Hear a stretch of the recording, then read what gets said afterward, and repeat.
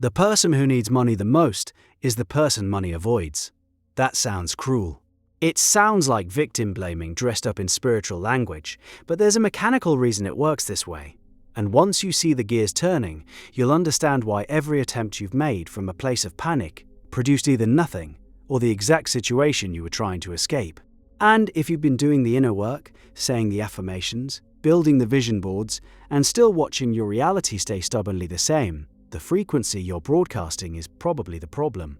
Think about the last time you wanted something so badly your chest ached. Maybe it was a relationship, maybe it was money, maybe it was just relief from a situation that had been pressing down on you for months. You sat with that wanting, and the wanting had a texture to it.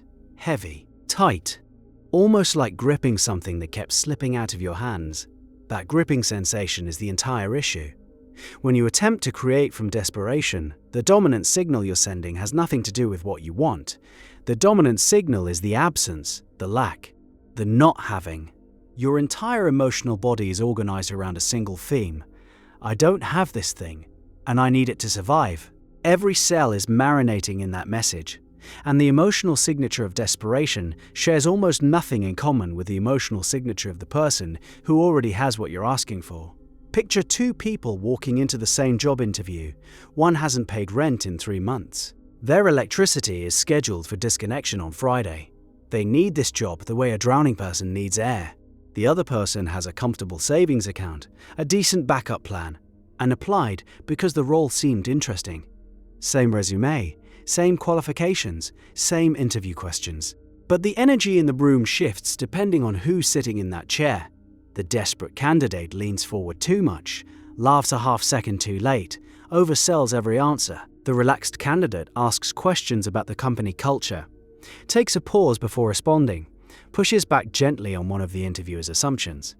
The interviewer calls it confidence or culture fit.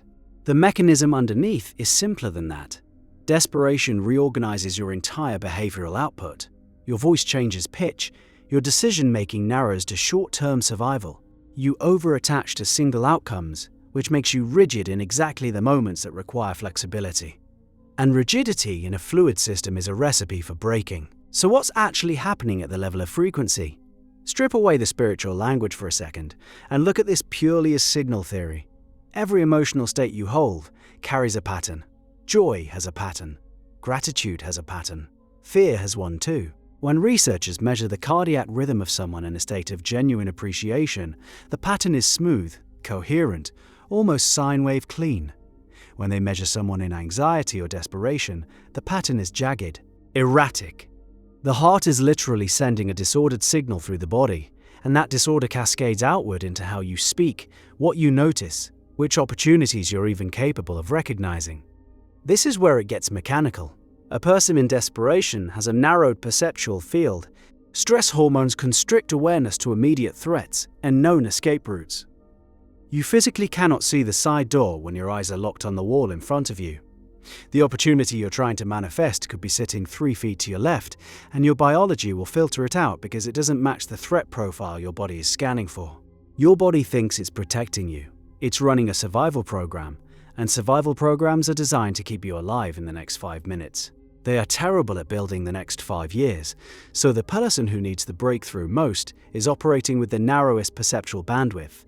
That's the trap, and it's self-reinforcing. You don't get the result, which deepens the desperation, which narrows the field further, which makes the next result even less likely. A feedback loop that tightens like a knot. Now, someone hearing this might reasonably push back. Easy to say stop being desperate when you're not the one whose lights are about to be cut off. That's a fair objection. Telling a desperate person to just feel abundant is like telling someone with insomnia to just relax. The instruction contains the problem. You can't willpower your way into a frequency shift while the circumstances generating the desperation are still active. Positive affirmations layered on top of genuine panic create a third thing entirely: cognitive dissonance.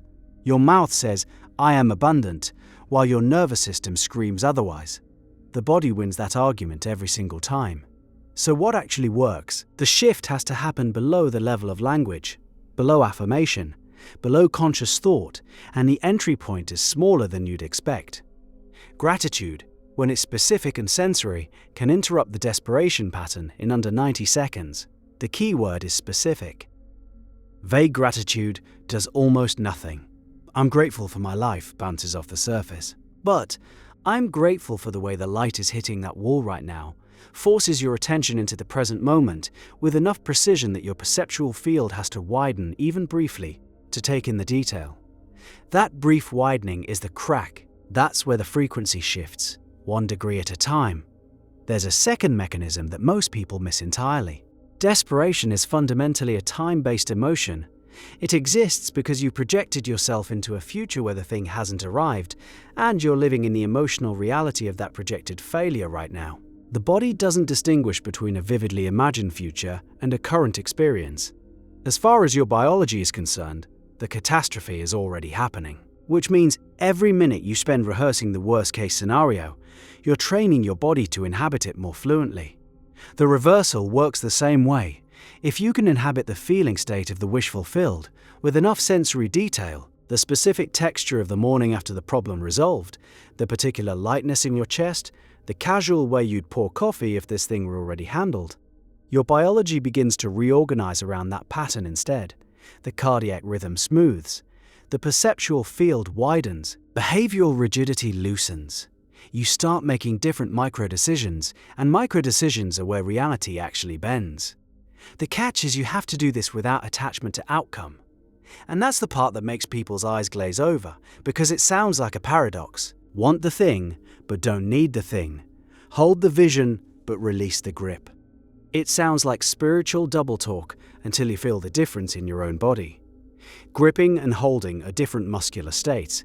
You can feel it in your hands right now if you try. Make a fist. Squeeze. That's desperation. Now open your palm and rest something light on it. A coin. A leaf. That's allowing. The object stays in both cases, but the tension in your forearm is completely different. One costs energy, the other is nearly effortless. The entire game is learning to want from an open palm instead of a closed fist.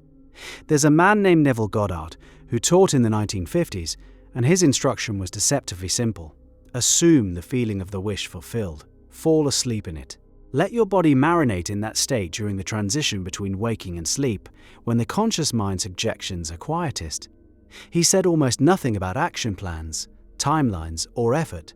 The entire method was about shifting the internal state first and letting behavior reorganize naturally around it. What makes this difficult is that desperation feels urgent, and urgency feels productive. When you're panicking about money, sitting quietly and imagining financial ease feels irresponsible, like fiddling while Rome burns. Your survival programming screams at you to do something, send another application, make another call, hustle harder, and action matters. But action taken from desperation carries the signature of desperation into every interaction. The emails you send at 2 in the morning with 3 exclamation points and a follow-up the next day. The conversations where you're performing competence so hard the other person can smell the fear underneath. You've been on the receiving end of that energy. You know how it lands. Action taken from a state of internal calm carries a different signature entirely. The same email, written after a 10-minute meditation where you genuinely settled into sufficiency, reads differently. The words might even be identical. The spacing changes, the tone underneath shifts, and the person receiving it responds to the frequency below the words, the way dogs respond to the energy of the person holding the leash rather than the commands being spoken. So the practice, the actual daily practice, is brutally simple and brutally difficult. Before you take any action toward your desire, check your state. Ask one question: am I reaching for this from fullness or from emptiness? If the answer is emptiness, stop. Do nothing toward that goal until you've shifted. Even 5 minutes of genuine state shifting, a memory that floods you with warmth, a moment of real laughter, sunlight on skin with full attention, resets the signal enough to change what you broadcast next. The desperate version of you and the fulfilled version of you would handle the same Tuesday completely differently. Same circumstances, same phone calls, same inbox. Different person reading them.